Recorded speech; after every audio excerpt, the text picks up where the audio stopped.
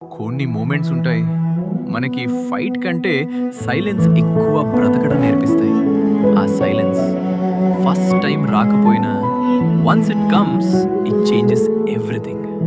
One day evening లైట్లో నేను balcony దగ్గర నుంచి వచ్చిన ఒక ఫోన్ కాల్, ఒక స్మాల్ ఆర్గ్యుమెంట్ కొంచెం కొంచెంగా పెద్దదైంది. యూజువల్లీ నేను రియాక్ట్ అయిపోతా, వర్డ్స్ ఫాస్ట్గా వస్తాయి, heart beat quick.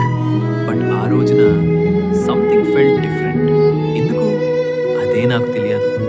But the moment I was about to shout, హార్ట్లో ఒక silence, like someone pressed pause. నేను అప్పుడు బ్రీత్ తీసుకొని కాన్వర్జేషన్ని క్లోజర్ లేకుండా క్లోజ్ చేసేసాను. Not because I lost, not because I didn't care, but because యాంగర్లో చెప్పే వర్డ్స్ మనల్ని మనమే పెయిన్ చేస్తాయి. వాక్ అవే అయ్యే ఫీలింగ్. ఎందుకు మంచి వైబ్ ఇస్తే యాంగర్తో ఎందుకు హెడేక్లా ఉంటుంది? అప్పుడు నాకు అర్థం, కొన్ని రిలేషన్స్లో ప్రూవింగ్ అ పాయింట్ అంతే విన్ కాదు. పీస్ని చూస్ చేయడంలో ఉన్న కామ్, అదే మనకి మనమే ఇచ్చుకునే small gift. Sometimes the strongest moments sound like silence.